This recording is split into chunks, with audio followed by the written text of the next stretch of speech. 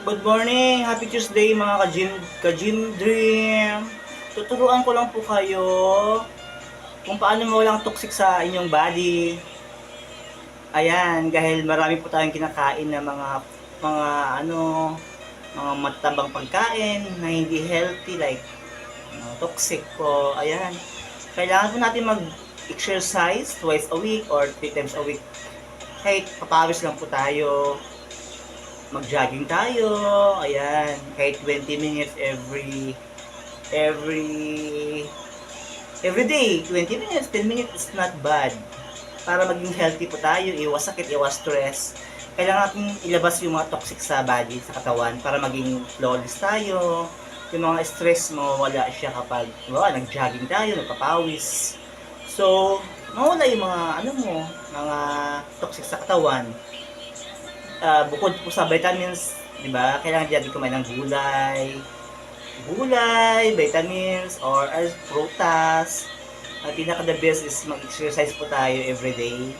Kahit 20 minutes, bigyan niyo ng oras ang iyong body para maging ano po tayo, healthy, 'di ba?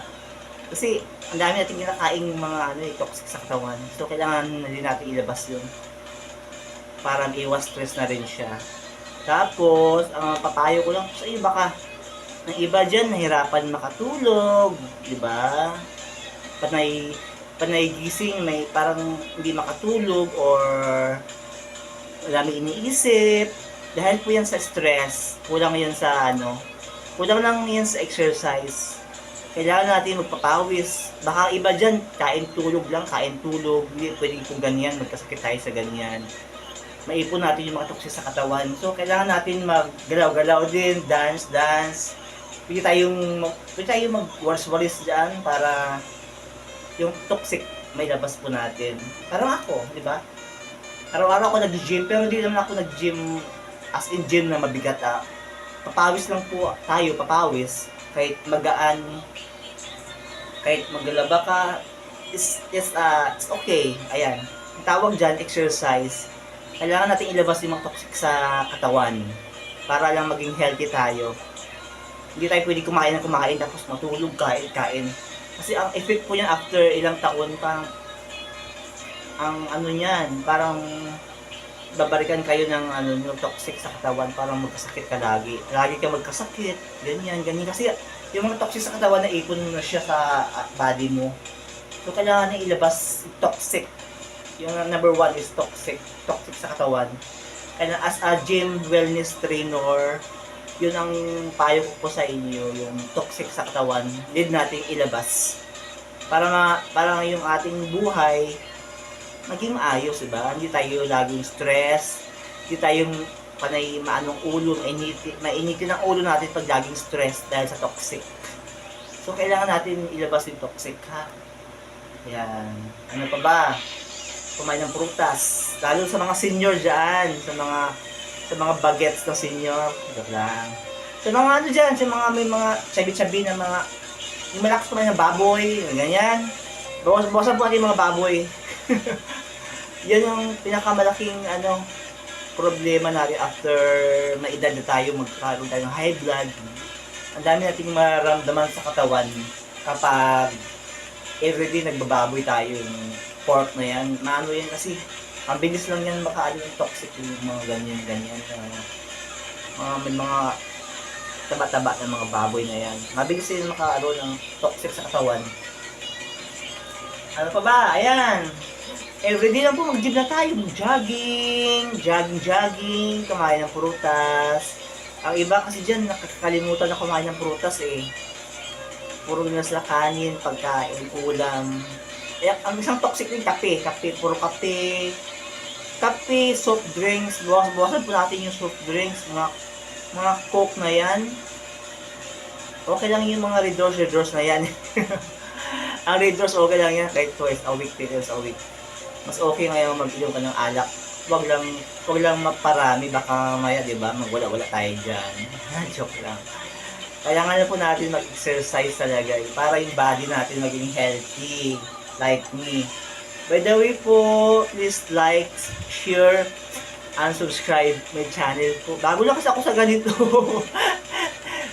Kasi dati ako nag-abroad, 7 years na ako nag-abroad. Napaka-busy ko eh. Nung nalaman ko na bandang huli, yung mga friends ko, yung mga channels na sila, parang makainganyo rin pala maggawa ng channel na extra income mo rin. Tapos, saka ma-motivate mo yung sarili mo. Ba nag-gym ka, kumikita ka, or nakakatulong ka sa iba. O, di ba?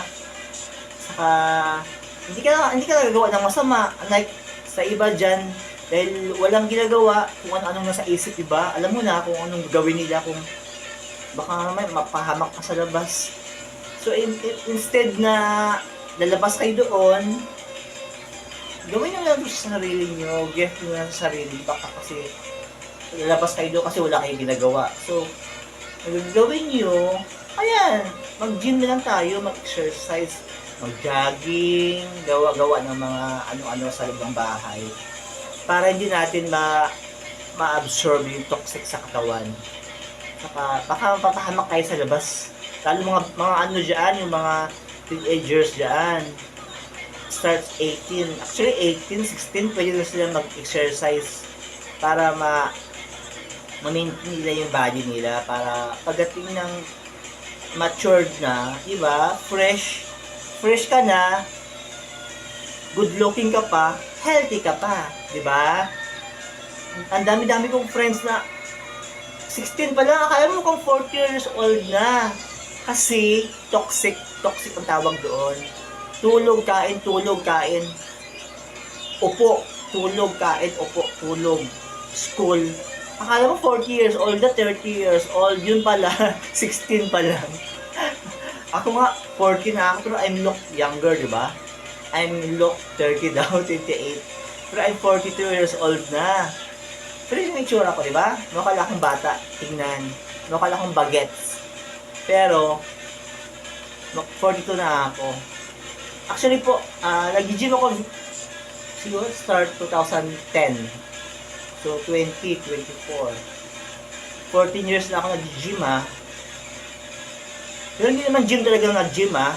Ano lang, slight lang. Warm up lang ba? Para yung iwas stress.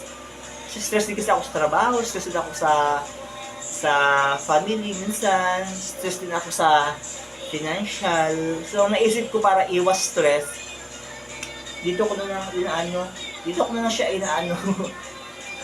Dito ko lang inaano yung stress ko. Itatawa ko na lang siya. Music ko na lang siya. Lalo na pag yung mga friends ka dyan, mga toxic. Naku bawas-bawasan yung mga kaibigan ng mga toxic. Dahil yun ang ikakabagsak nyo yung mga negative na mga bad vibes ng mga kaibigan. Bawas-bawasan po rin yung pag-friends sa mga walang kwenta. Joke lang. I mean, yung walang ginagawa, yung walang pangarap sa buhay.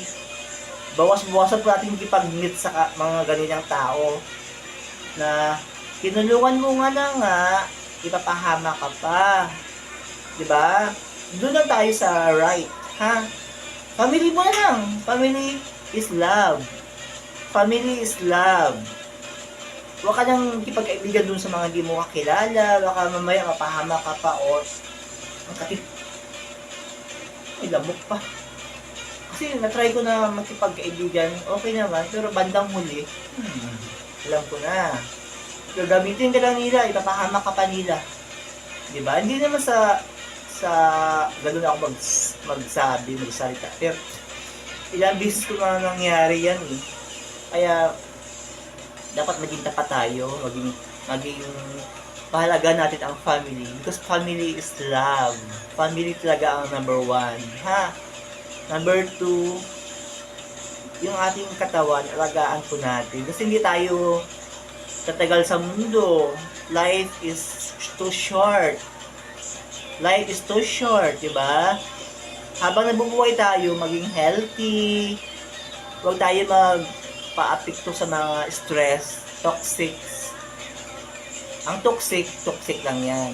Ikaw pa rin ang gagawa ng kalakasan mo. Think positive. Di ba, Jim Dream? Think positive. Laban-laban lang sa buhay.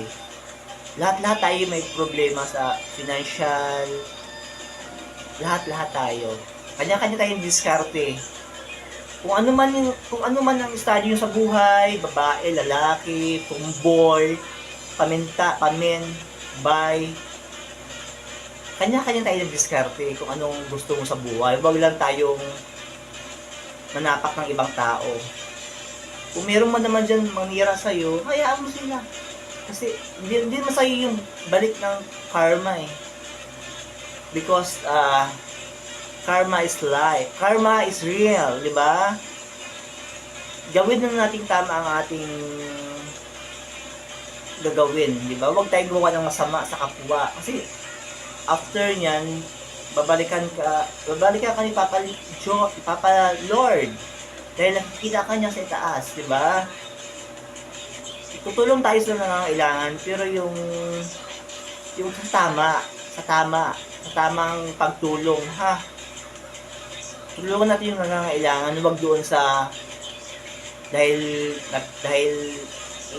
inaway ka, dahil tinakot ka, tulungan mo siya. Hindi pwedeng ganoon. Tutulong na tayo sa nangangailangan. Halimbawa, yung mga charity dyan sa labas, alam mo naman na hirap talaga sila sa buhay. Pag nag-ano sila, humingi ng limos, magbigay tayo. That's share blessing po. Kahit magkano, basta magbigay tayo. Or magdasal na tayo lagi sa Panginoon. Ibibigay lang ni Lord yung gusto mo. Basta pray na tayo ng pray. Pray lang po tayong pray para iwas sa sakuna. Iwas sa mga masamang loob. Diba? Ipagpili natin yung family natin. Number 1, family.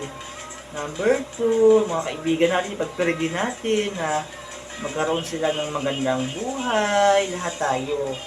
Pangatlo, na hindi tayo magkasakit.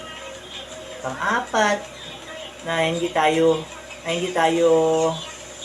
ni Lord bigyan ng maraming problema. Enjoy lang ba? Happy lang. Work. Tapos, family na tayo lagi. Family. Isipin mo yung pamilya mo. Dahil family is number 1 talaga. Number 1 talaga is family. Love your family and friends. Huwag tayo mang-away sa kapwa. Huwag tayong mang-apak ng tao na hindi natin alam kung anong gusto niya sa buhay. Baka man nainggit ka lang sa kanya, di ba?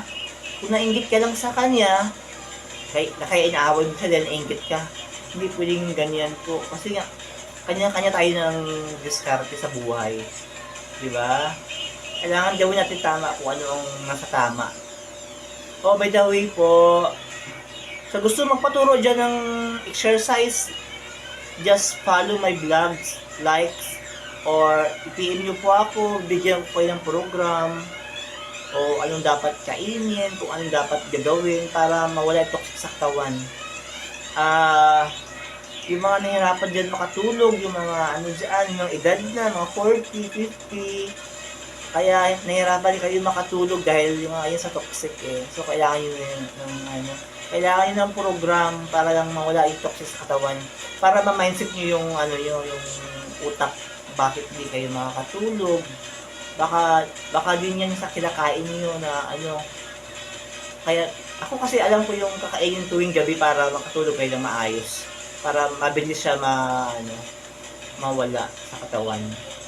So ituturo ko sa inyo next time kung bago matulog anong dapat kakainin, kung anong dapat i-take bago matulog para makatulog pa kayo ng mahimbing. At saka wag po natin kalimutan, mag-pray lang tayo kay Lord bago kumain, bago matulog, pagkagising pray tayo kay Lord. Ipag-pray natin yung family natin, friends, at saka lalo na yung mga nangyayari sa paligid natin. Ipag-pray din natin sila na maging tagumpay sila lahat sa ginagawa nila. Okay? For now po, dito na po ako magtatapos sa aking vlog for today. Sana po i-support niyo po ako, like, share, and subscribe. Medyo bulol-bulol tayo, Bisaya tayo, Ilonggo. Bye-bye. Bye-bye.